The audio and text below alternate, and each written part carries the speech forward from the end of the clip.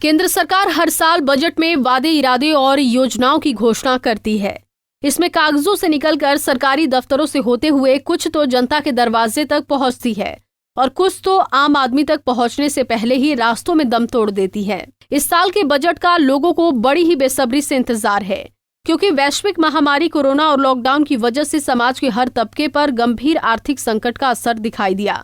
Covid के बाद आने वाला आम और राज्य बजट महत्वपूर्ण होगा। बजट को लेकर आम जनता ने जहां कोरोना संक्रमण की मार को लेकर अपनी बातें कही, वहीं किसी के अनुरूप वो अपनी राय भी दे रहे हैं।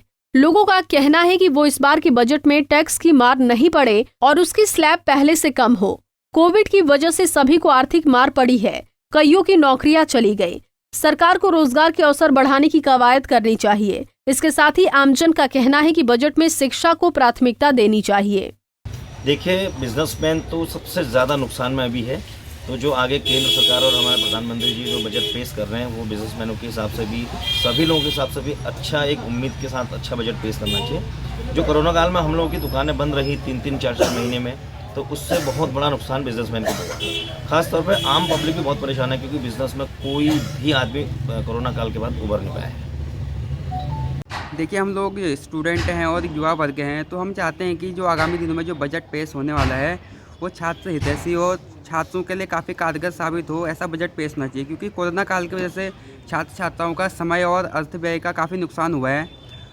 तो जो बजट पेश हो वो कुछ इस टाइप का हो कि जिससे छात्रों को लाभ मिले तथा उनको सुविधाएं उपलब्ध हों, और बजट के अंदर जो छात्र छात्राओं का ऐसे स्कॉलरशिप हो और जो फीस के तहत जो फीस माफ़ी हो, अगर इस टाइप का अगर कुछ बजट में अगर भारत सरकार अगर ऐड करती है तो छात्र छात्राओं के लिए इससे काफ़ी फ़ायदा होगा। और हम युवा वर्ग जो हैं कि स्टूडेंट और एक गरीब मध्यम परिवार से बिलोंग करते हैं, तो हम सब लोग यही चाहते हैं कि कुछ ना कुछ इस बजट में छात्र छात्राओं के लिए हो हमारे लिए। नाम का लिखता है नाम? मेरा नाम योगेश जोशी है और मैं राजकीय स्नातकोत्तर महाविद्यालय बागेश्वर का एक छात्र हूँ। वहीं महिला वर्ग का कहना है कि सरकार को इस तरह के कदम उठाने चाहिए जिससे रसोई के खर्चों में कमी आए। उन्होंने कहा कि हाल ही में महंगाई दर में काफी अधिक वृद्धि देखने को मिली है। कुछ माह पहले सब्जियों के आसमान छूती कीमतों ने हमारे पूरे परिवार के बजट को हिलाकर रख दिया था। अभी पेट्रोल डीजल के रेट में जो तेजी से बढ़ोतरी देखने को मिल रही है, परिवार के खर्च का गणित उससे भी बिगड़ रहा है। सरकार को महंगाई पर काबू करने के लिए कदम उठाने चाहिए। सबसे पहले तो नमस्कार। लेकिन मैं चाहूँगी, इस समय बजट काफ़ी निर रहा, हमें बहुत परेशानी हुई गृहिणी के रूप में।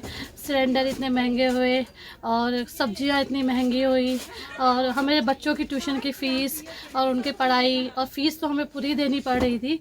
लेकिन हमें भी, जैसे मैं एक प्राइवेट सेक्टर में भी टीचर थी, लेकिन हमें कोई सैलरी नहीं मिल पाई और प्राइवेट टीचर्स मतलब बहुत हमें परेशानी का सामना करना पड़ा इस बीच। तो मैं मोदी जी से कहना चाहूँगी कि वे हमारे बजट का अच्छी तरह निस्तारण करें और उसकी पूर्ति करें, जिससे हम अपने बच्चों का खर्चा, अपने घर की सारी आमदनी को फिर से दोबारा शुरू कर सकें। ऐसा बजट होना चाहिए जो आम पब्लिक को संतुष्टि हो, क्योंकि अभी महंगाई इतनी हो गई है, गैस सिलेंडर इतने महंगे हो गए हैं और प्रवासी घर को लौट रहे हैं, कहीं कोई व्यवस्था नहीं है, उनकी कोई चारा नहीं है, वो लोग बड़े परेशान हैं। तो ऐसा बजट होना चाहिए कि जैसे नौजवान बच्चों के लिए और गृहिणियों के लिए और हम लोगों के लिए ऐसा बजट होना चाहिए कि जिसमें हमें थोड़ी राहत मिले।